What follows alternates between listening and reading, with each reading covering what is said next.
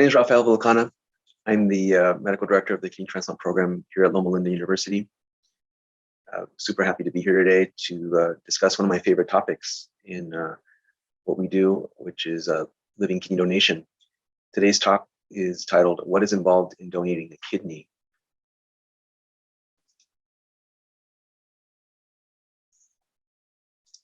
So this is a little bit about my kind of the path of today's talk, a little outline.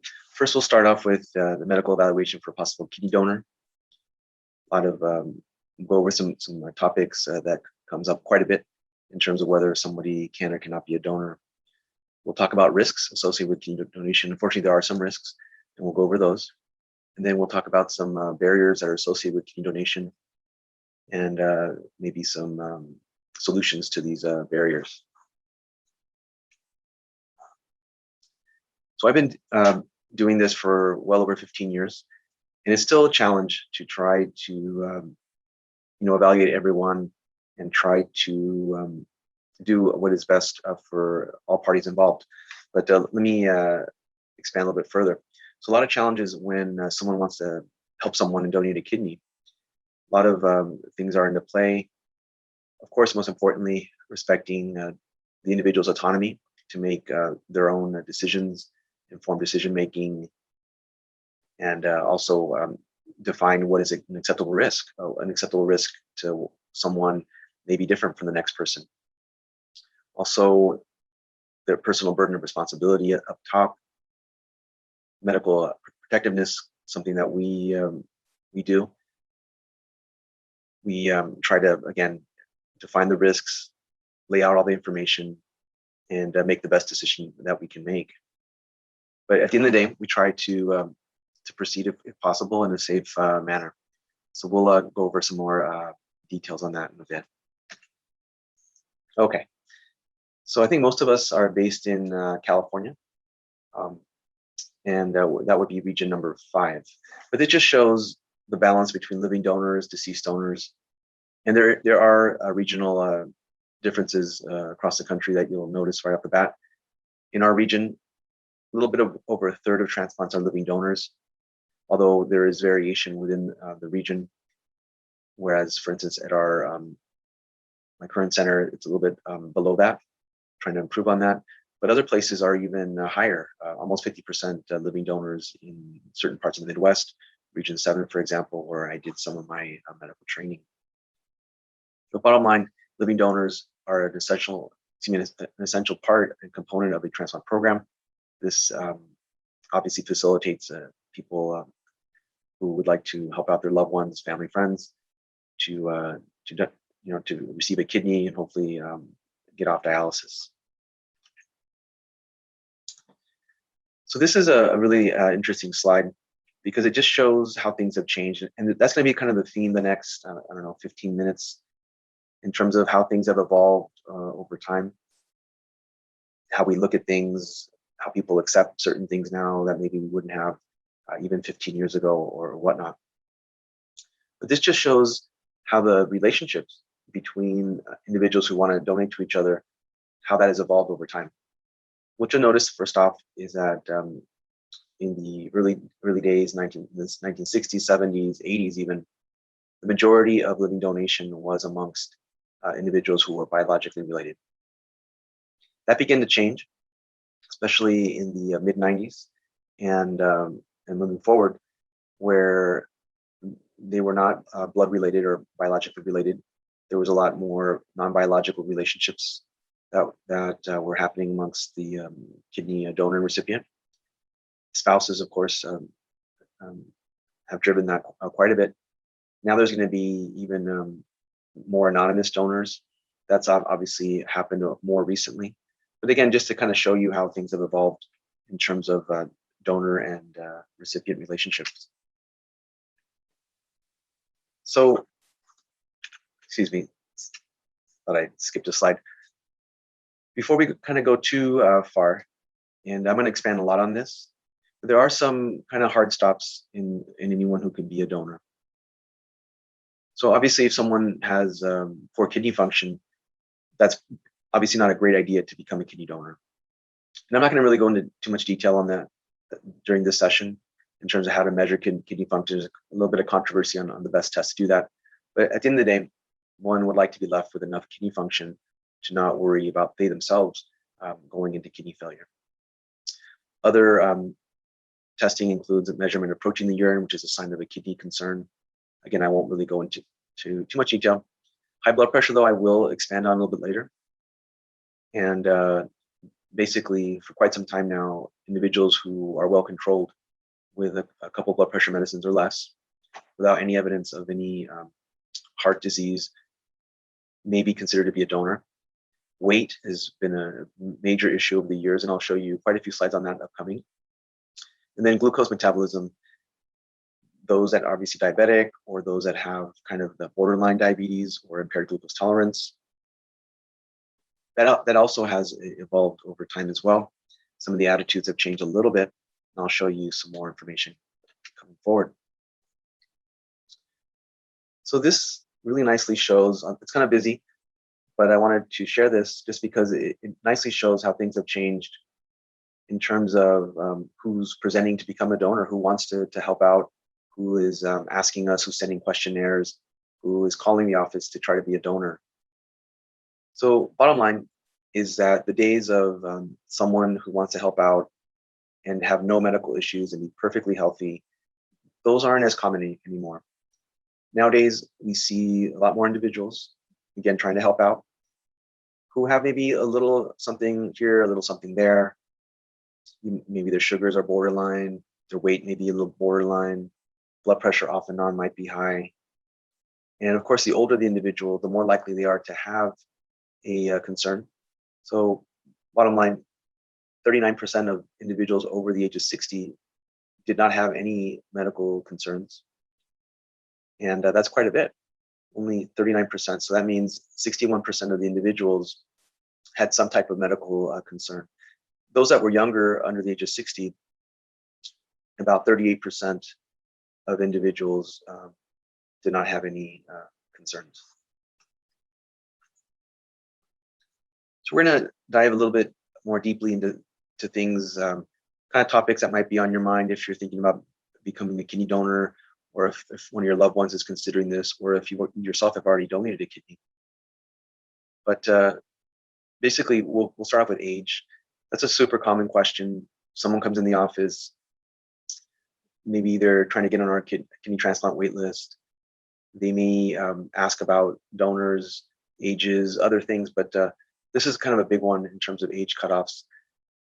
Officially, at least at our program, we do not have an upper age cutoff as to being a donor.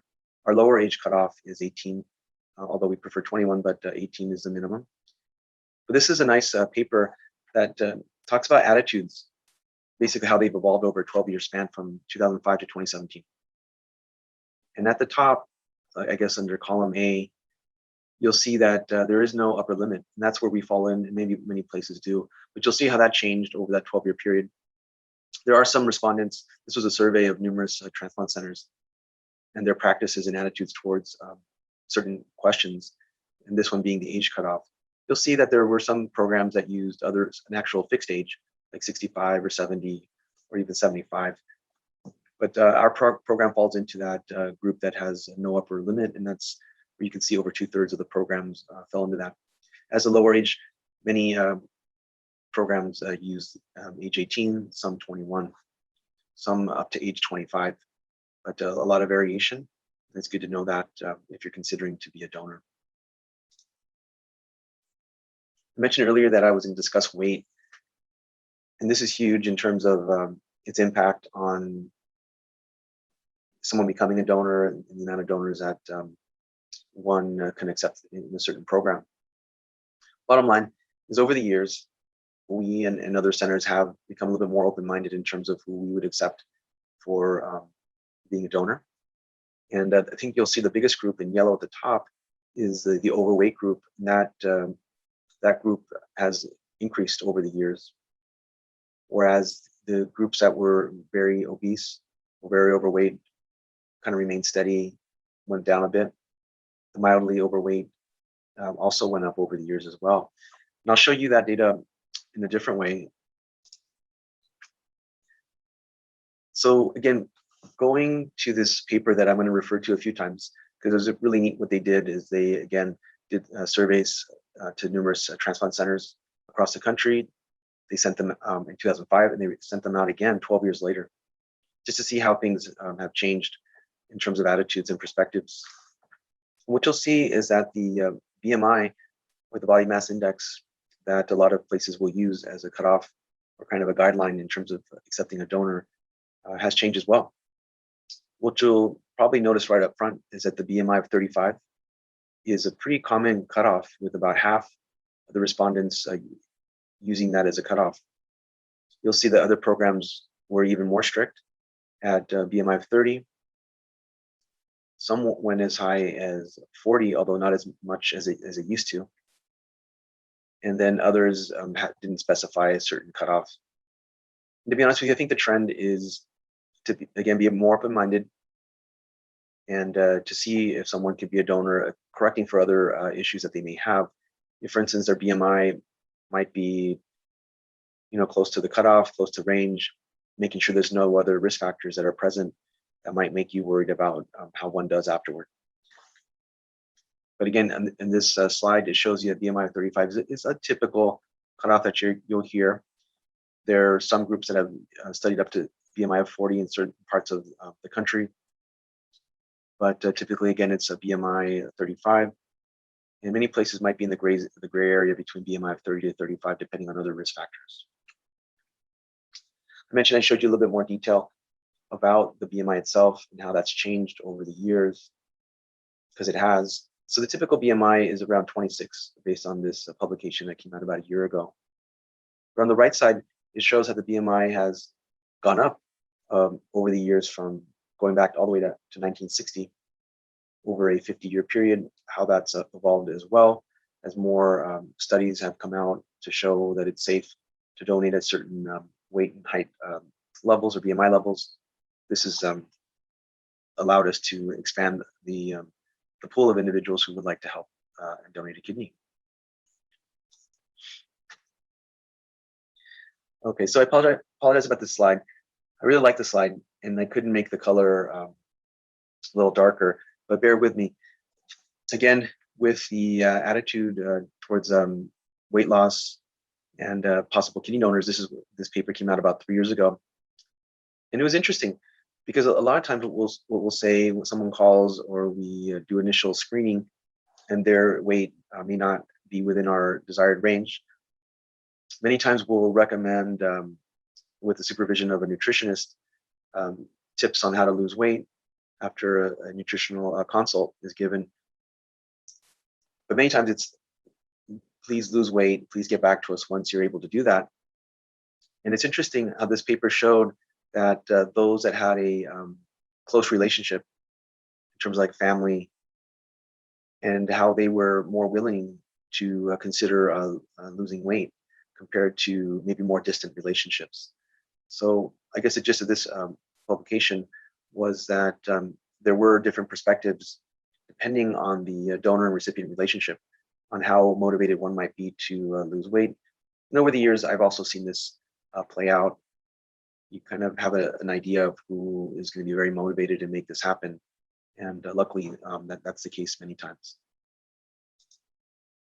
Okay, let's switch gears a little bit. Still kind of a similar theme, but just switching gears from weight and height and BMI to something that's also very related, which is sugars and blood glucose and your risk. Of course, we all worry about risk of someone becoming diabetic, especially if they have borderline sugars. And of course, knowing that diabetes and high blood sugars are a very high cause of, a common cause of end-stage kidney problems in this country. Right? In my practice, almost 40% of individuals who are seeking a transplant are on dialysis because of diabetes. So clearly, we don't want to expose anyone who is diabetic, or maybe possibly pre-diabetic, and then have one kidney, and then 20, 30 years later, develop diabetes. Then they themselves become at risk for kidney failure. So this has also evolved as well, the ideas regarding this. The gist of it is that anyone at the moment, of course, who is frankly diabetic is not going to be considered a donor. Although once in a while I'll read something where there might be a group that challenges that idea a little bit, and makes us think a little bit. But in general, nobody who is a diabetic is going to be considered to be a living kidney donor. How do we find this out? Obviously, someone who is diabetic and they tell us up front, in general, we don't really continue the evaluation. But many times we'll actually discover things while we test.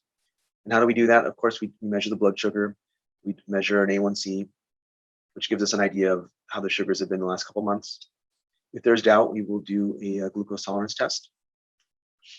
And if that's abnormal, or if it's very abnormal, of course, we will decline the individual for being a donor.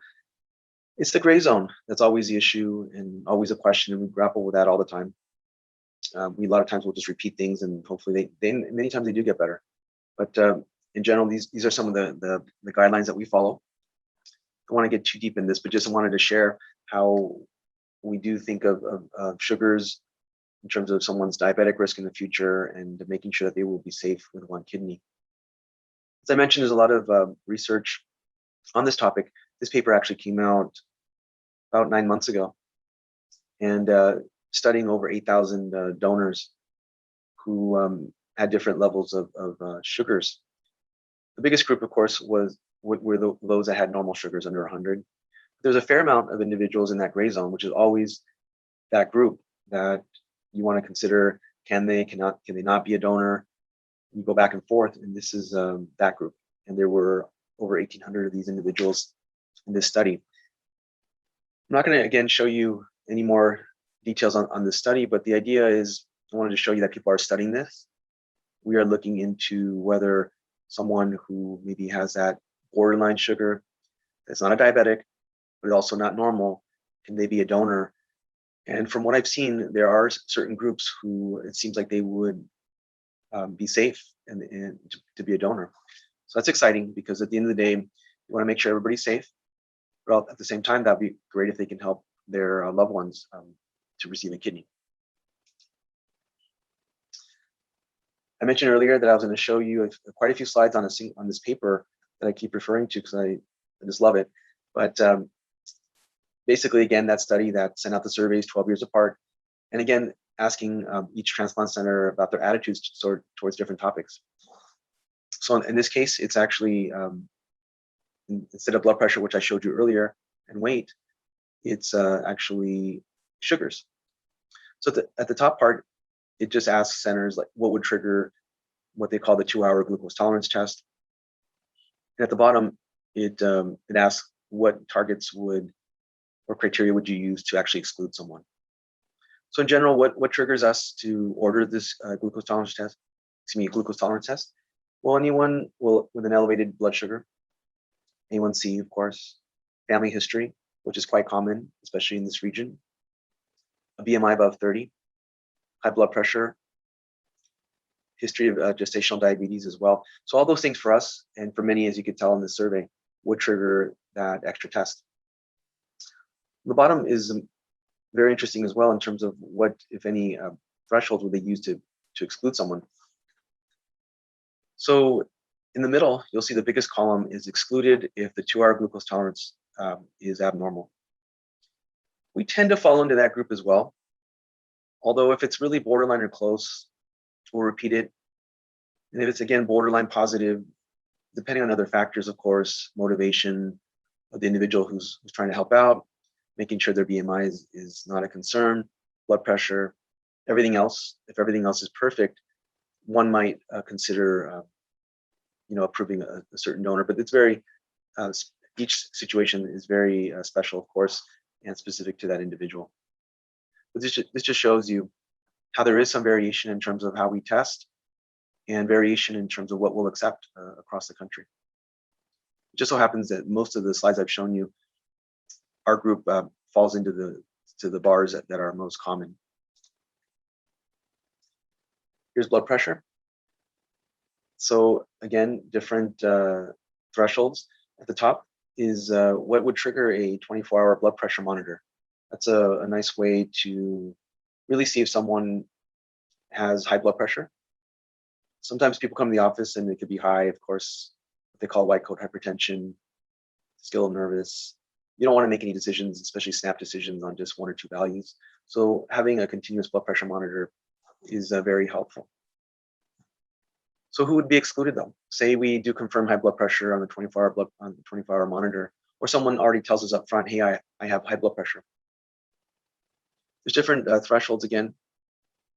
What you'll see in the light bars, which is basically 2005, and the darker bars are 2017, that people have become a little bit more relaxed about this topic. Again, if you focus on the bars that are highest, which is in the middle, that's kind of where our group falls in. Someone would be excluded if they are taking more than 2 medications to control their blood pressure. If someone, again, is on 1 or 2 blood pressure medicines or diet controlled, and again, controlled without any evidence of any other medical concerns, we would consider that donor, especially if they're close to the age of 50 or above. We would consider that.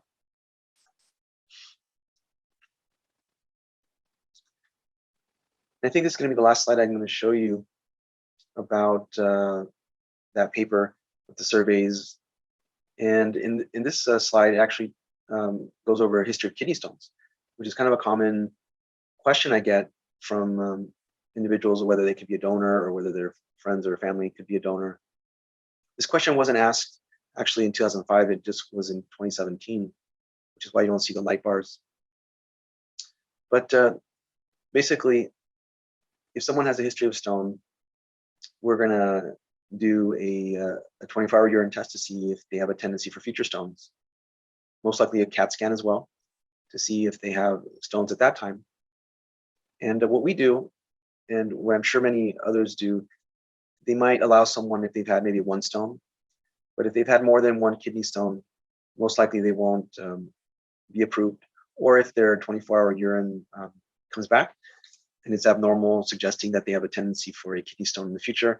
Obviously not a great situation if one only has 1 kidney and then they develop a kidney stone. All right. This is a super, super common question, especially where I practice and most likely in most of California. And again, I just wanted to show this. Can someone who consumes marijuana be a donor? This happens all the time, this question.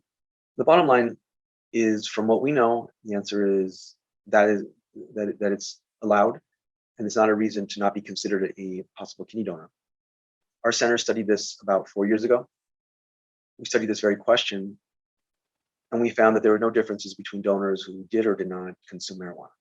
So again, not advocating or making any statement one way or the other, just the facts that medically speaking, there does not appear to be any differences amongst those who do and do not consume marijuana and being a donor. All right, and I get that out of the way. Okay, moving on. So risk. We always worry about risk to individuals who want to help out.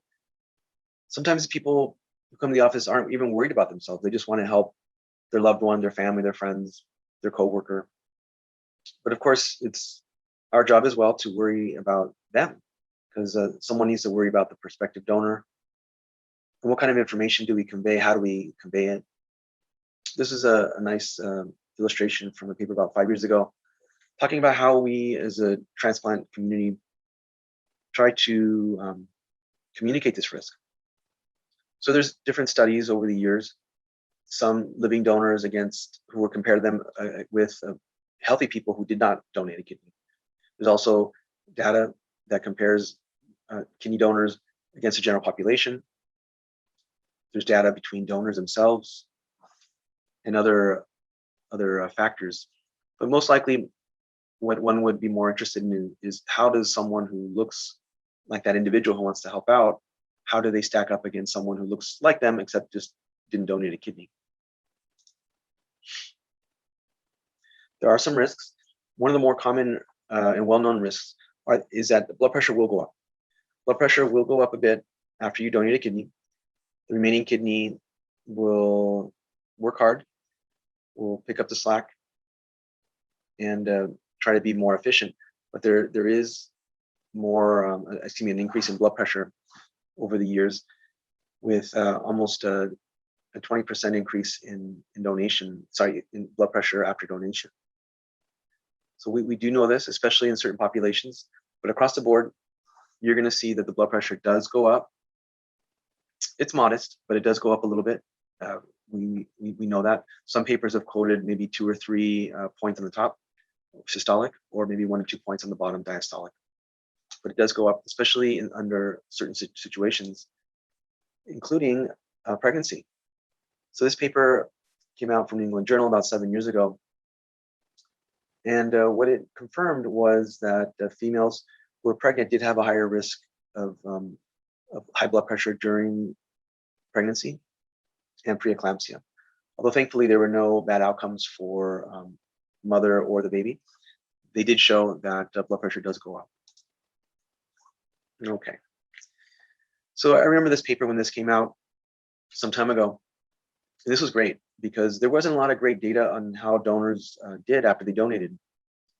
There wasn't just a lot of data back then, and this was like the first, or one of the first, landmark papers that actually confirmed what we kind of was hoping to hear and what we thought was happening, but never really proven. Prior to that, there were maybe smaller studies from single centers. What this showed was over 3,500 donors followed over many years from University of Minnesota. And what it showed is that survival in individuals who donated a kidney compared to those that didn't donate a kidney was essentially the same. So that was really, really reassuring. This came out back in 2009, some time ago. So everybody was really positive about donation, and we still are, by the way. But it was a great paper. Everyone was really excited. There were some limitations. This was based in Minnesota. The population studied was different from maybe other areas of the country, including maybe the East and West Coast. And the authors mentioned that as well. But nonetheless, it was a great paper, well done, and we were really happy about this.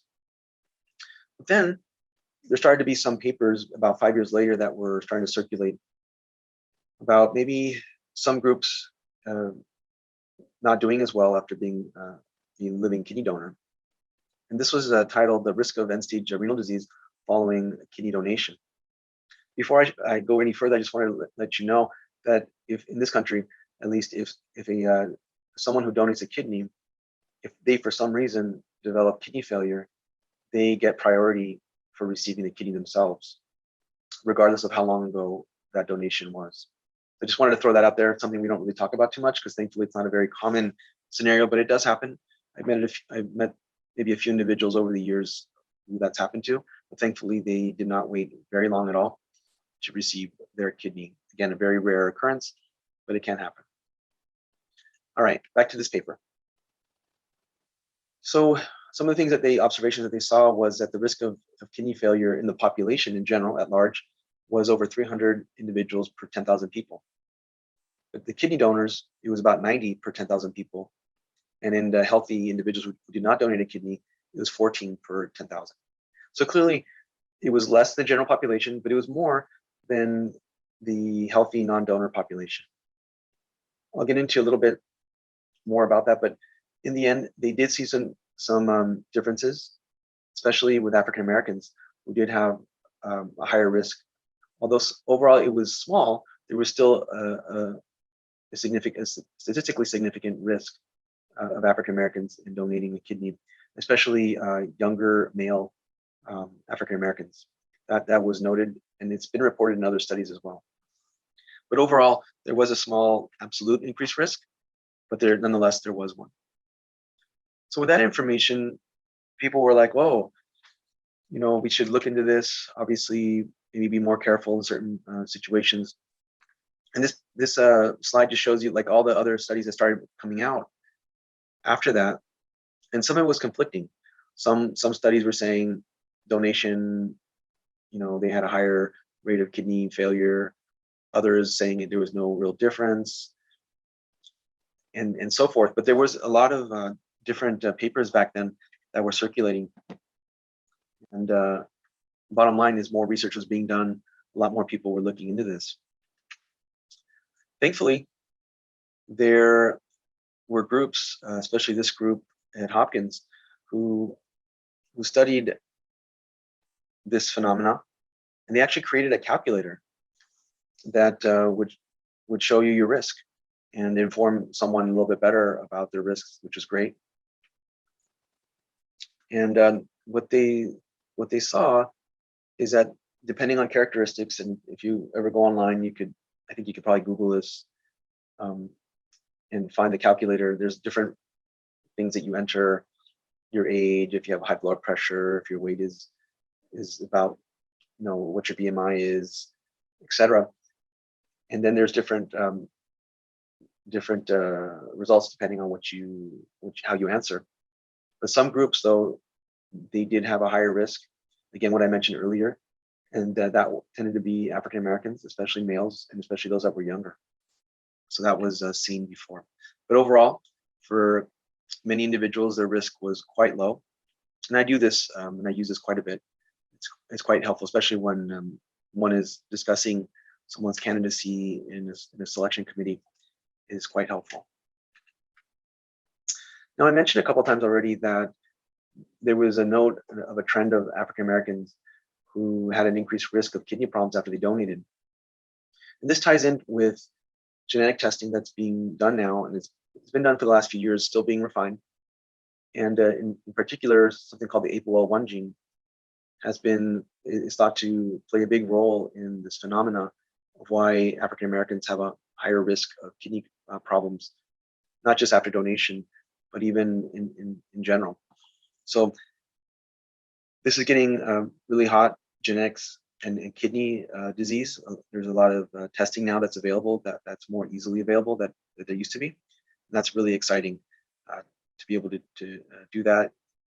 And also, again, with discussion with the patient, the individual, of course, beforehand, getting permission for doing this test, and then discussing the results thereafter. So, okay. So at the very beginning of the talk, on my outline, I mentioned that I would discuss barriers to transplantation, at least, to living donation. And this slide neatly shows different angles as to different barriers. There are barriers from the patient perspective, from the donor perspective, from the medical team perspective, and the healthcare system. Of course, being in the healthcare system and working for a transplant center, I'm quite familiar with the ones at the bottom. But of course, I've never donated a kidney, and I'm not in need of one. So there's obviously a lot of education that needs to be done, and the awareness in particular. So from the donor perspective, obviously, awareness of being a kidney donor, knowledge that we're trying to share, eligibility. I've spent the last half hour talking about who might be eligible and who might not be, lifestyle changes that may need to be made after donation, and time and expense. I'm going to show you a couple of slides coming up on that topic as well. In terms of from our perspective, get knowledge of our process, communication, which is key, easier said than done, and then attitudes, our own biases as well, are play a big role. Okay. I just include this slide just to let you know that the community is looking at ways to make the process of the kidney donor evaluation more efficient and better. And it's kind of a complex paper.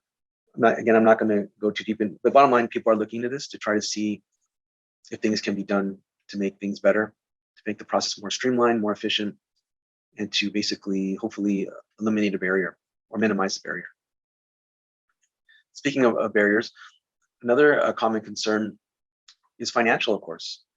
When someone wants to donate a kidney, many times they're working or they're going to school or have things going on. So there are concerns from a real life concerns actually about finances. And this paper just shows that there is actually a financial hit, if you will, detriment, depending, of course, on one's age. But the group in the mid-30s is the one that most likely has the most out-of-pocket expenses. Luckily, there are some more organizations in this country that could help with and defray some of these costs. But again, at the end of the day, it's still some time off of work, some time off of school, and it is something to be considered. Something that is a barrier, and individuals and groups are looking into helping softening this blow. I like this paper because it, again, it's a perspectives from kidney donors, and this was kind of a international study, Canada and Australia, and they were over 120 individuals who donated a kidney from both those countries. There were focus groups, and just trying to assess what's important and what was less important, if you will. And there were some differences actually from Australia, comparing Australia and Canada. We'll start off with Australia. To them, Australians, with the most highly ranked was the impact on their family, time to recovery, the status of their relationship with the individual receiving the kidney, their own kidney function, any lifestyle restrictions. All valid concerns. And in Canada, it was a little different. They were most concerned about their own kidney function, which again is a valid concern because they just donated a kidney. Complications from surgery, which can occur, thankfully not very common, but they can. Kidney failure. I showed you a slide a couple minutes ago about the risk of kidney failure, and that there is a slight increased risk of kidney failure in prior kidney donors, especially in certain subgroups. But they were worried about that, life satisfaction, and time to recovery, just like their Australian counterparts. So there were some differences. And this, although this slide didn't come out as well as I had hoped, it shows this in a different way. Again, in black, it's all the whole group. In blue, in dark blue, it's Australia, and in the lighter color is Canada. And again, it just shows you kind of the different perspectives on concerns. Again, all of them are very valid, but that there are differences, and we must tailor our information and education that we give depending on each individual's specific concerns. So again, things that are important. This is from the same paper that I showed you from Canada and Australia. Again, about their kidney function, time of recovery, complications, personal and social aspects in terms of the donor-recipient relationship, family impact, life satisfaction, and so forth. So again, a lot of important concerns, and hopefully they're addressed before the donation, the surgery. And if anything does occur after the donation, hopefully any concerns are addressed afterward as well. But again, very important things to consider. All right, starting to wrap up here, but of course, if we're going to talk about donation, we have to speak of social media, of course, because that's kind of getting more common and common. And I really like this. This came out a couple years ago, and just showing the impact of social media on living kidney donation. Not a surprise. The younger the age, the more likely they were to have used social media. There was quite a strong gender trend as well, with females employing social media as well. And what's super interesting, I think, is that those that found a what they call an altruistic donor, basically someone that's not family or friend, at least very close related. If one received that type of donor, they were more likely to find them on social media. Probably not a surprise to most of you listening. So again, social media is getting more and more prominent. We come across that as well, and it's been happening for quite a while now. So this is the same paper, and again, just how this works, especially remotely. So donors can usually go to a website. We also use a website to kind of at least do the initial screening, and then depending on the responses, it could be a denial, hopefully not, or allowed to proceed. So there's a lot of things that happen, of course, as part of this process. But one thing I should say is, if anyone's listening and either they've been denied through these automatic websites, it's always good to call as well. And we try to do the same to try to see like, well, how close were they to maybe meeting our criteria, maybe some tips on overcoming whatever issue that was a problem. And again, this just is showing in terms of social media. And with social media, there could be individuals who have numerous interested parties in helping out. I've seen like over 10 a few times. So that takes a lot of work, but it's well worth it to try to find someone to become a donor. Telemedicine. This was hot, of course, during COVID, and it continues to be. We do telemedicine all the time. I did it all day today in different aspects of our program. But why is it attractive? Obviously, especially for a donor, many times donors don't live close to the location of their loved one where they need the kidney. So obviously, in terms of travel, very helpful. Time, especially those that are working, going to school, it can help eliminate or lessen a barrier. And of course, after transplant, we use this all the time. It's gotten very popular, as you can imagine, and it's still around, thankfully. And hopefully it will stay for a long time, even as this pandemic evolves. So again, telemedicine is awesome, and it can be applied to living donors. Of course, in the theme of COVID, I had to throw this out there in terms of vaccines. We do get a few individuals who want a kidney or want to donate a kidney because of maybe some vaccine policies across the region. But some places will mandate the vaccine, others won't. We don't, although we thought long and hard about it, but we haven't. But each center has their own policy. The bottom line is that there is and continues to be vaccine hesitancy, and this paper just kind of talks about that a little bit more. But again, there are places that do require this, and if one is not comfortable with that, seek other centers that are willing to accommodate your wishes. I'm about to wrap up here, but in the end, in terms of education, conveying risk, this slide kind of nicely wraps things up a bit. And in terms of applying knowledge in terms of the risks of being a donor. So overall, though, on average, the risk of a kidney failure is very low, actually. But it can be elevated in certain subgroups that I discussed, especially African Americans. There are new tools that could estimate the risk of kidney problems or kidney failure after donation. I already shared with you that. There are surgical risks, especially in the first 90 days, again, very rare, with less than 3% of donors experiencing major complications. There are psychosocial risks and quality of life, relationships with the donor recipient, all those things that I discussed a little earlier. Financial risk, I showed you that that paper from Canada that can be, of course, extrapolated here to the US. There are legitimate concerns and ways to try to overcome that barrier. So in conclusion, the criteria for donor acceptance has evolved over the years. There are risks for donation, especially in certain groups that I mentioned earlier. And there are barriers to organ donation with research that I've shown you and some that I didn't show you to help address this concern. And with that, I will wrap up. Thanks very much for your time. And a shout out to our corporate mission partners for making this happen.